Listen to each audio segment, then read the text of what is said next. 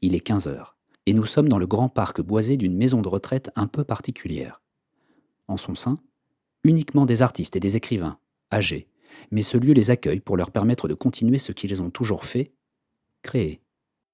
Je vous présente Jacqueline Duhem, dessinatrice, autrice et illustratrice de livres jeunesse. Elle a 92 ans et toujours des yeux d'enfant. Alors à mon micro, je l'écoute égrener tous les épisodes de sa vie, hors normes et haut en couleurs. Je la regarde et dans ma tête, comme un vieux qui radote, je me répète, elle a des yeux d'enfant. Il est à peu près certain qu'elle a dû suivre à la lettre le conseil en forme de citation de celui qui fut son premier patron, Henri Matisse. Il faut regarder toute la vie avec des yeux d'enfant. Mais avant de rencontrer et de travailler comme petite main chez Matisse à 20 ans, la vie n'a pas été très tendre avec Jacqueline. C'était plutôt du style « on choisit pas ses parents, on choisit pas sa famille ». Sauf qu'en bonne créative, elle ne s'est pas démontée et pendant des années, elle s'est formé un nouveau cercle autour d'elle et surtout autour de sa passion pour le dessin. Son talent, sa sensibilité, son charme et sa gouaille, tiens, ça me rappelle quelqu'un, vont faire le reste. Elle va rencontrer et travailler ensuite avec les plus grands artistes de son siècle. Matisse donc, mais aussi Picasso, Man Ray, Louis Aragon, Jacques Prévert ou Paul Éluard, avec qui elle a partagé un peu plus que l'amour de l'art. Jacqueline va ensuite devenir une artiste engagée, insatiable et insaisissable. Quelques années après, elle va se former à l'art de la tapisserie à l'école d'Aubusson et produire ensuite des centaines de mètres carrés de tapisserie où elle exprimera sa vision d'un monde féerique, peuplé d'animaux et de fleurs multicolores. Mais Jacqueline Duhem est surtout devenue une illustratrice de référence dans la littérature jeunesse, mondialement reconnue. Et notamment parce que c'est elle qui a réussi à persuader les plus grandes plumes et les poètes de son époque d'écrire pour les enfants et de mettre leurs textes en images.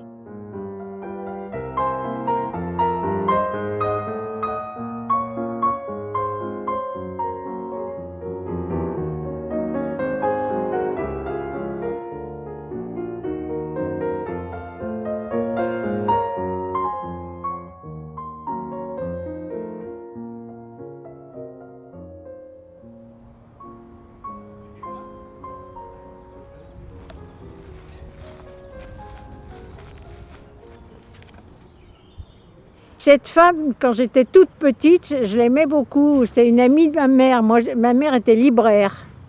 Et c'était une cliente. Mais je ne sais pas pourquoi, je l'ai séductionnée comme ça une fois, j'avais 3 ans. Et puis elle avait dit à ma mère, vous en avez une jolie petite fille. Et moi j'ai dit, mais si tu veux, je suis aussi ta petite fille. Alors ça lui avait beaucoup plu. Du coup, elle m'emmenait dans les musées. Et ça, j'ai adoré. J'ai adoré toute petite les musées. Et j'avais une envie violente d'aller dans les musées. Ma mère a trouvé ça ridicule. Mais pas moi. J'ai bien aimé toute petite les musées. Et je trouve qu'on n'amène pas assez les enfants dans les musées. Ouais, parfait. Si vous pouvez juste Oui. voilà, ne pas trop vous éloigner du micro. Alors, Madame Duhem, je vais approcher un peu la chaise. Si Oui. vous pouvez vous lever un tout petit peu. Je peux Comme ça, vous allez tout près, On est bon. tout près du micro. Voilà, avancez encore un petit peu. Voilà. C'est une belle introduction ce que vous me dites. Oui, mais je trouve que justement, ça c'est un peu une erreur. Dans les musées, on devrait pouvoir communiquer. Ça, c'est un truc que je regrette, parce qu'avec les gens qui regardent le tableau, on aimerait aussi savoir comment ils le trouvent et qu'est-ce qu'il en pense et qu'est-ce qui lui plaît. C'est ce que j'essaye de faire. Oui, parce que ça, vraiment, je trouve que ça compte. Moi, j'ai vu des enfants. J'avais été voir une expo Matisse, parce que bon, c'était mon patron Matisse alors. Et j'ai vu une expo Matisse à Londres. Et là, j'ai vu des enfants, c'était pourtant des papiers découpés, c'était pas facile, hein.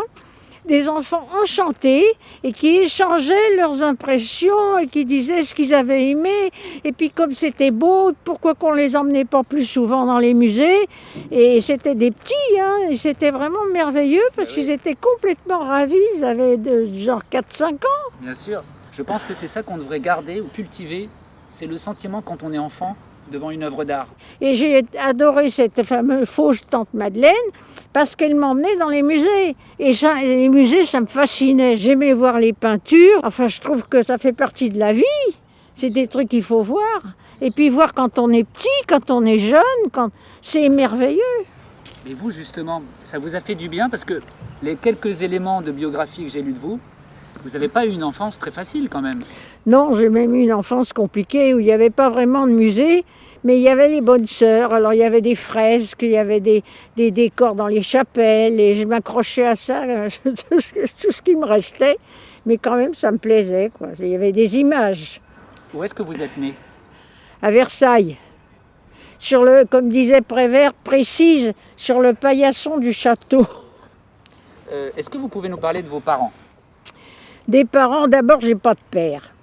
Ce qui est très bien, parce que dans le fond, j'ai toujours imaginé un père quand ça m'arrangeait.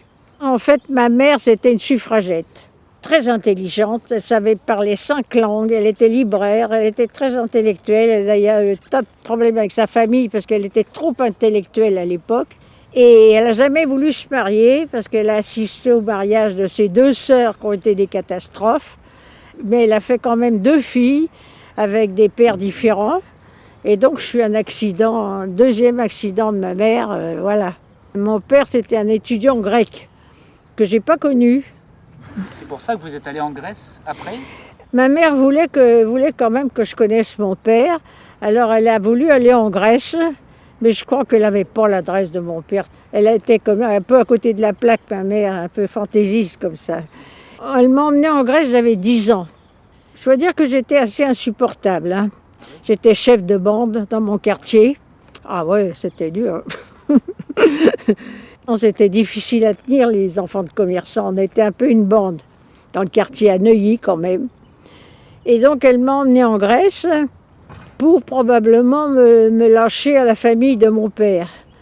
Et puis je crois qu'ils n'ont pas voulu, ou je sais pas, finalement je ne les ai pas connus. Je suis restée dans un couvent en Grèce, un couvent de bonnes sœurs françaises. Et je suis restée en Grèce pendant près de 2 ans, au Pirée, dans un couvent catholique. Ça m'a bien plu. C'est vrai. De toute façon, moi, je n'étais pas tellement habituée à une vie de famille, hein. Oui. J'étais dans une école française, mais comme j'étais française, moi, et que c'était tous des petits Grecs, je n'avais pas tellement le droit de causer. Je ne peux pas dire que ça a été brillant, ma scolarité. Je foutais rien.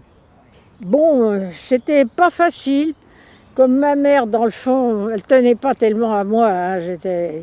Ma sœur, elle adorait. Mais moi, j'étais un peu un truc du dernier moment, et ça l'emmerdait plutôt qu'autre chose.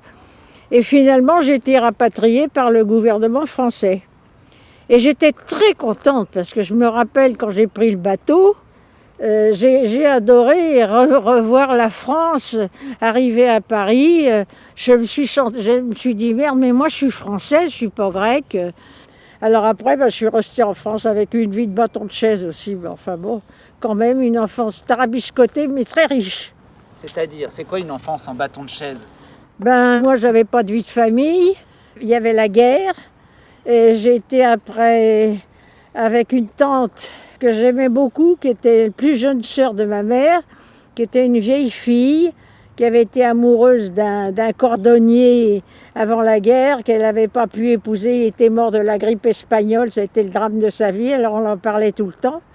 Et elle était vieille fille, et très catho, et donc j'ai vécu un peu avec elle, un coup à Clermont-Ferrand, puis après on est rentré à Paris. Enfin, j'ai eu une enfance difficile et catastrophique par moments. J'ai fait de la maison de correction. Ah oui. J'ai commencé à voler chez une collègue du lycée. Alors, je volais les confitures chez elle. Je connaissais la clé sous paillasson et j'allais chercher des confitures pour ma tante. Après, j'ai commencé à mentir dans les magasins pour obtenir pour ma tante des biscuits pendant le marché noir, la guerre. Voilà, alors j'essayais d'avoir des trucs pour ma tante. Je suis rentrée quand même au lycée, avec des lacunes grandes comme ça. Mais enfin, la prof de français, elle me disait « Je ne peux pas vous mettre 0 parce que vous faites des tellement jolis dessins dans les marches. » Puis vous écrivez joliment, mais le reste, alors c'était une catastrophe. Puis je ne suis pas restée longtemps au lycée, quoi. Je suis passée... D'abord, je suis rentrée à Clermont-Ferrand au lycée avec dispense. Et j'avais gagné un concours avec le maréchal Pétain. J'avais fait son portrait sur une affiche et j'ai gagné la médaille, des sous, une médaille en or que ma tante a mis au clou, enfin quoi. Donc j'étais persona grata quand même dans le collège. Alors je suis rentrée un peu sans examen, rien au lycée, alors que j'avais de ces lacunes grosses comme des maisons. C'est le dessin qui vous a sauvé. Oui, toute ma vie. Toute ma vie, j'ai dessiné tout le temps. Donc j'ai été mise en maison de correction parce que j'avais volé. Et moi j'ai été prélevée dans un couvent de sœurs. Et ma mère était d'accord. Alors finalement, ça ne m'a pas déplu. J'étais amoureuse d'une bonne sœur qui me plaisait beaucoup. Alors je lui faisais des tas de lettres dessinées que malheureusement ont été brûlées, mais c'était un vrai trésor parce qu'il y en avait un sacré paquet. Hein. Voilà. C'est beau? Voilà, c'était une partie de ma vie. Ma mère quand même m'a récupéré un peu, plus ou moins. Bon, enfin, ça n'allait pas tellement mieux. Hein. J'étais quand même toujours un peu pas facile, quoi. Pas facile à... Turbulente. Hein? Turbulente. Oh, bah ça, c'est le moins qu'on puisse dire. Est-ce que à cet âge-là, vous vouliez être déjà dessinatrice, illustratrice, ou vous n'aviez pas d'idée de votre avenir? Ah, bah si, sûrement. De toute façon, je voulais faire que ça. Ah oui, ça, il n'était pas question que je fasse autre chose. Alors, je me demandais comment j'allais un jour gagner ma vie, parce que ça, c'était pas facile.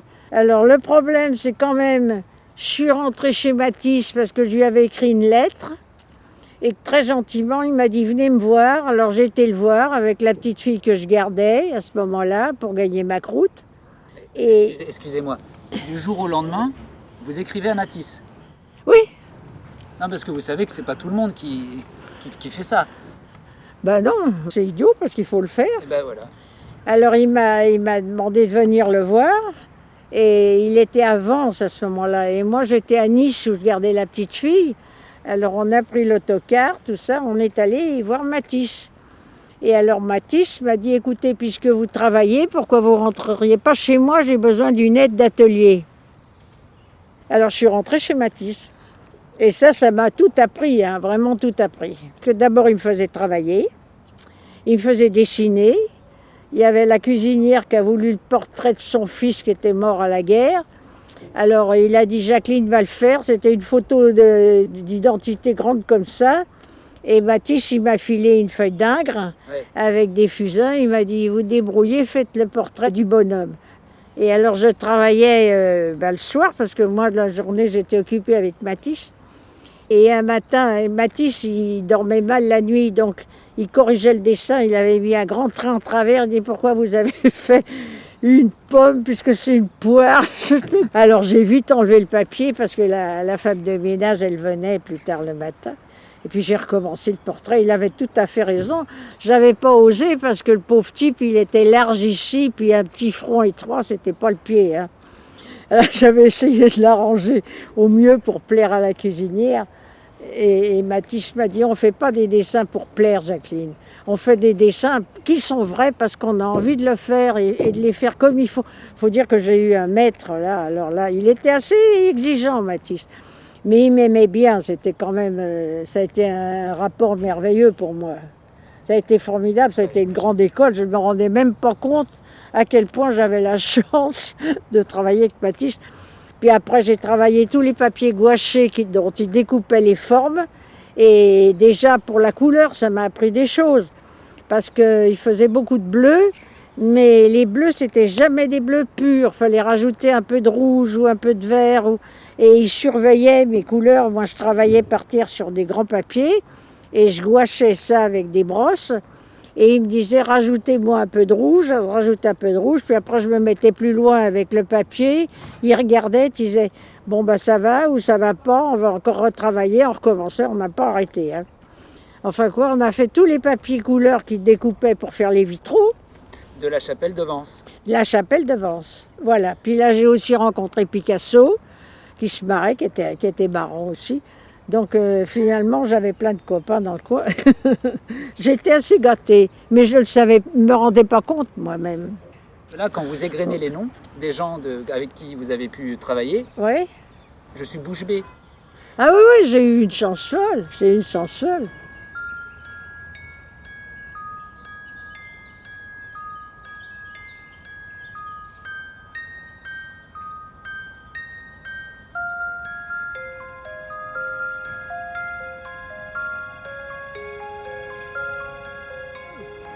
Et comment c'était une journée avec Matisse? Les journées avec Matisse, déjà, c'était vraiment strict, hein.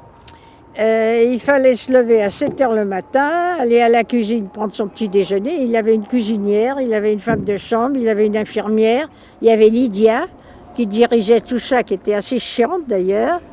Et moi, j'étais dernier sous-fifre, quoi. Donc il fallait que je sois dans l'atelier à 8 heures du matin après mon petit déjeuner à la cuisine. Et on commençait à travailler. Voilà. Et on travaillait jusqu'à midi.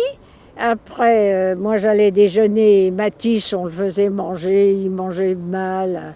Puis il avait des soins, puis il faisait la sieste. Enfin, alors c'était... Des fois, on travaillait tard le soir parce qu'il avait fait la sieste et qu'il n'avait pas eu le temps de travailler. Mais en général, je me pliais complètement à ce que voulait Matisse, quoi, c'est sûr. Est-ce que vous vous souvenez de la chapelle de Vence, donc du coup? Picasso, qui était furax, il disait c'est con, il aurait fait un marché couvert, c'était beaucoup plus vivant qu'une chapelle, enfin quoi. Il s'engueulait là-dessus. Mais bon, alors je le disais à Matisse, tout ça, je lui racontais, je disais Pablo, il trouve que vous devriez faire. Il dit, il fait chier celui-là, il a qu'à faire ce qu'il veut faire, mais moi qui me foute la paix. Bon, enfin, c'était marrant parce que quelque part, ils s'aimaient bien quand même. Ils s'estimaient beaucoup l'un l'autre. Mais il y avait des moments où ils s'envoyaient des pics comme ça. C'était assez rigolo. Et vous avez une anecdote avec Picasso, par exemple? Avec Picasso, oui, il m'a dit, attends, je vais te montrer mon atelier, j'ai fait un truc qui me plaît bien, je voudrais te le montrer. Alors c'était à Valoris, ça. Alors il m'emmène dans un foutoir épouvantable. Et alors il commence à chercher, il remoue tous les tableaux qui étaient contre lui. Autant c'était, chez Matisse, c'était nickel. Tout était rangé dans des tiroirs avec des numéros, des trucs pour les tableaux, tout ça. Chez Pablo, c'était la merde complète. Il y en avait partout. Alors il cherche, finalement, il trouve un tout petit tableau pour me montrer. Et il m'a dit, il te plaît? Ah j'ai dit oui, beaucoup. Il m'a dit, écoute, je vais le donner à Matisse, parce que je dois lui donner un tableau depuis longtemps. Je vais le donner à Matisse et tu demanderas qu'il soit dans ta chambre. C'est ce qui s'est passé. Il l'a donné à Matisse et Matisse me l'a donné dans ma chambre. Donc je l'avais devant mon lit toujours. D'ailleurs, j'avais plusieurs tableaux. J'avais un Bonnard, j'avais un Matisse forcément, j'avais Braque. J'avais une petite chambre avec une petite table à la fenêtre et je posais sur la table toutes les semaines un tableau différent qui était dans ma chambre, parce que c'était dans ma chambre qu'étaient entreposés les tableaux des collègues de Matisse. Alors j'étais plutôt gâtée, faut dire.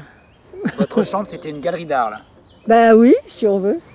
Dans votre histoire, il y a quelque chose qui est fascinant aussi, c'est votre rencontre avec Paul Éluard, évidemment. C'est Paul, oui.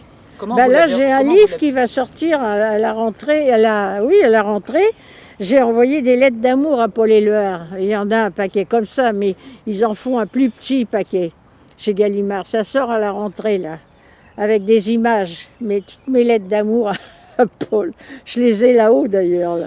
Racontez-nous, comment vous l'avez rencontré, Paul Éluard? Alors d'abord, moi, comme il fallait que j'aille ma croûte avant d'entrer chez Matisse, j'ai travaillé en usine à un moment. Et en usine, j'ai été ouvrière métallurgiste, je vais avoir 15-16 ans, chez Pathé Marconi. Enfin, on faisait des pièces pour les postes de radio, des trucs comme ça. J'étais au syndicat de métallo. D'accord. Et Éluard venait faire des discours aux ouvriers, lire des poèmes. Ça, il n'y en a pas un seul qui a fait ça. Hein. C'était quand même drôlement bien parce qu'ils étaient très contents, les ouvriers. C'était après l'heure du déjeuner, comme ça. On avait toujours le droit à une demi-heure après le déjeuner. Il venait et il lisait des poèmes.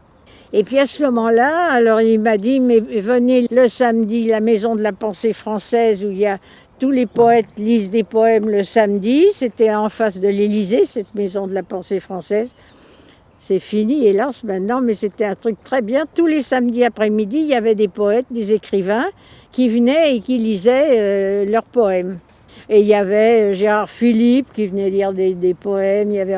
C'était vraiment très intéressant pour les gens du commun des mortels, dans mon style, quoi.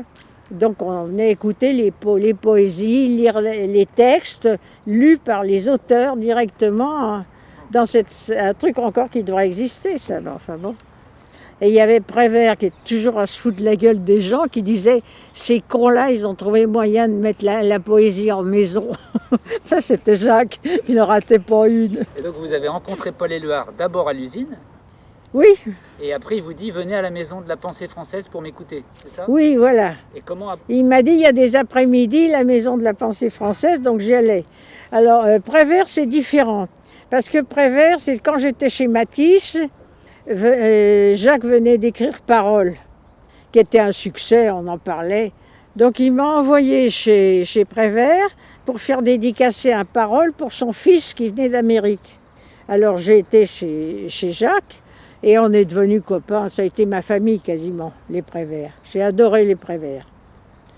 Voilà. Mais je ne sais pas si c'est parce que vous ne voulez pas en parler, mais vous avez eu une belle histoire d'amour en plus avec Paul Éluard. J'ai toujours aimé les poèmes de Paul. Je lisais beaucoup, je lisais les poètes. J'aimais lire, ça, c'est toujours. Donc, et quand il est venu parler dans notre usine, il m'a dit, mais venez samedi à la Maison de la Pensée. Alors, j'étais à la Maison de la Pensée. Et puis, de fil en aiguille, j'étais invitée à dîner par Paul avec ses amis. Je suis tombée amoureuse d'Éluard, qui avait des yeux bleus magnifiques. Et j'ai eu une histoire d'amour avec Paul, ce qui faisait d'ailleurs, il y avait Elsa Triolet qui était assez peau de vache, qui disait « Mais qu'est-ce que vous foutez, Paul, avec cette gamine? Elle a encore des soquettes !» Et il était très beau, il avait beaucoup d'allure, il était très beau. Mais je suis restée amie avec Paul jusqu'à la fin de ses jours d'ailleurs. Hein. Et donc vous lui avez écrit 130, à peu près 130 lettres d'amour, Oui. avec des dessins dessus. Absolument. Je trouve ça dommage qu'il n'y ait plus de poètes dans les usines. Je trouve ça idiot qu'ils ne viennent plus. Ils devraient venir lire leurs poèmes. Je trouve que vraiment les poètes, ils sont enfermés maintenant. Ça n'existe plus, quoi, ça. Mais avant, il y avait des échanges et ça, c'était très, très précieux et très important. Par exemple, vous avez vu des gens à l'usine qui étaient sensibles aux poèmes de Paul Éluard? Oui, j'avais une copine qui adorait Paul Éluard. Elle n'aurait jamais raté ça. Même les samedis, elle allait à la maison de la pensée française. Elle y avait entraîné son mari, qui était aussi ouvrier. Enfin, c'était vraiment... Il y avait un échange, mais ça, c'est le Parti communiste qui avait fait ça, faut dire, à l'époque. Hein. Ça, quand même, ils sont bien... À ce moment-là, c'était autre chose, quoi. Et est-ce que vous pouvez me parler, donc du coup, maintenant, de cette relation que vous avez eue avec Jacques Prévert? Là aussi, je vous parle personnellement. Je suis très contente de vous rencontrer parce que petit, j'avais le livre En sortant de l'école. Oui.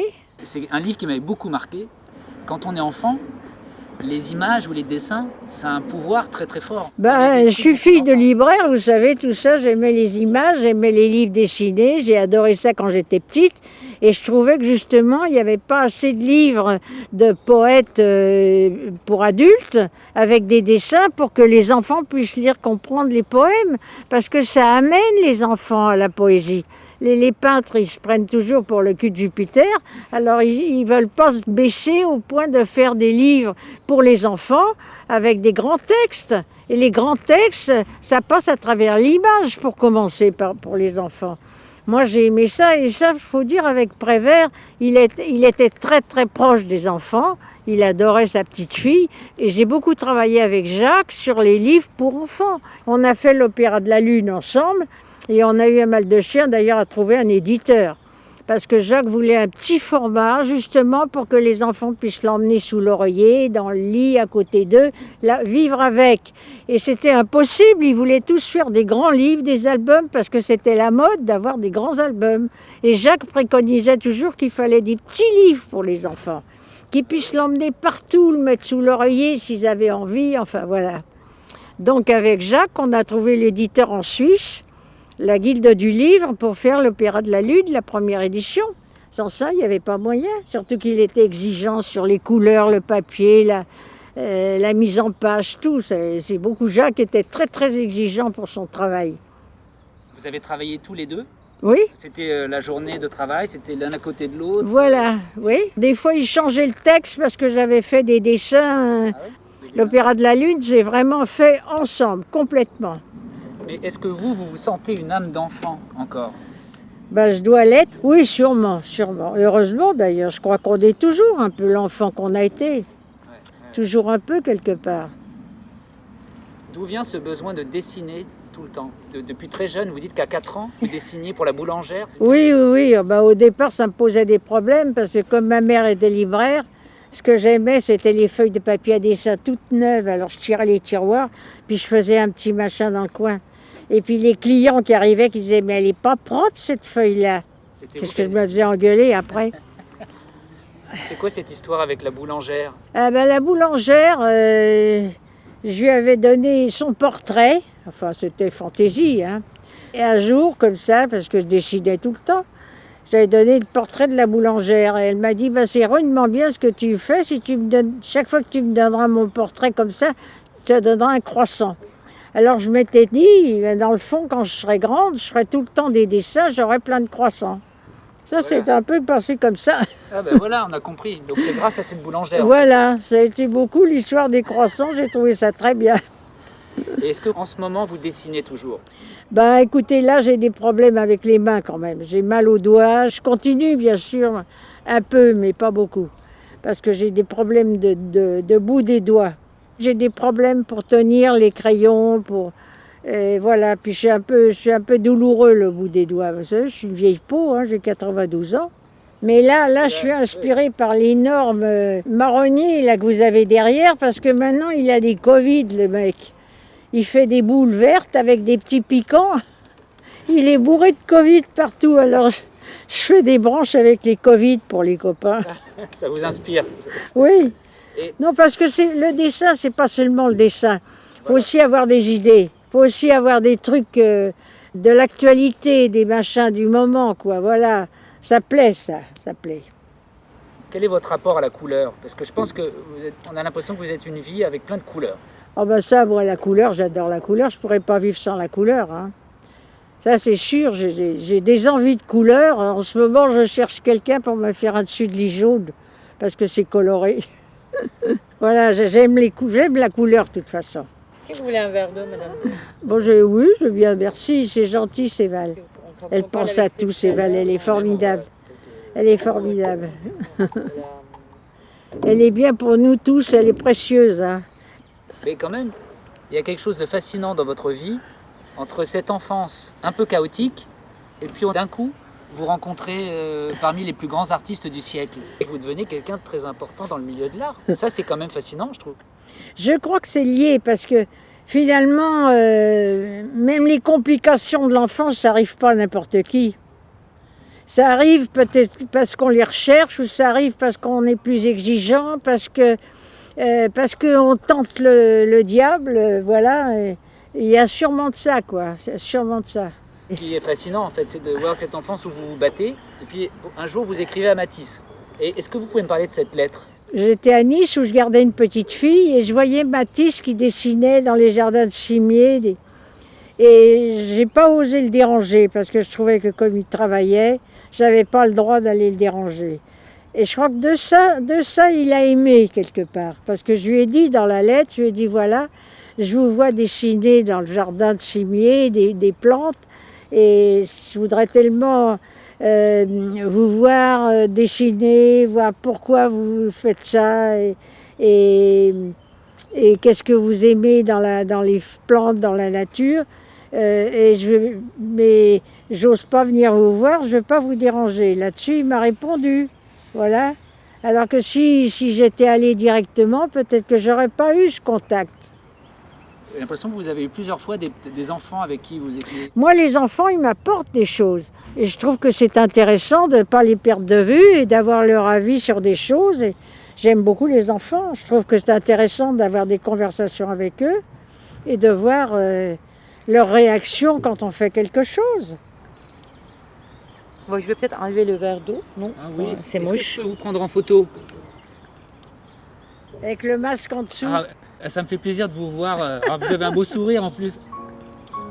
Ça fait plaisir.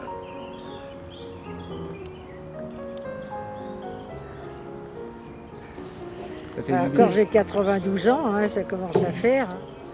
J'ai eu une vie tellement chouette que je ne m'embête pas parce que pour rien, je me rappelle des trucs et ça y est.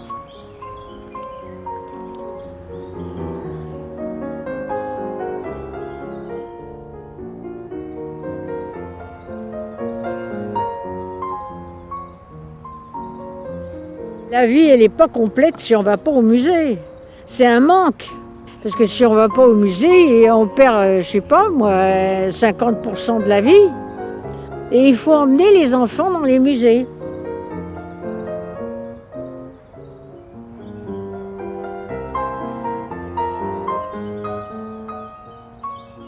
On poursuit le récit de Jacqueline avec ses autobiographies.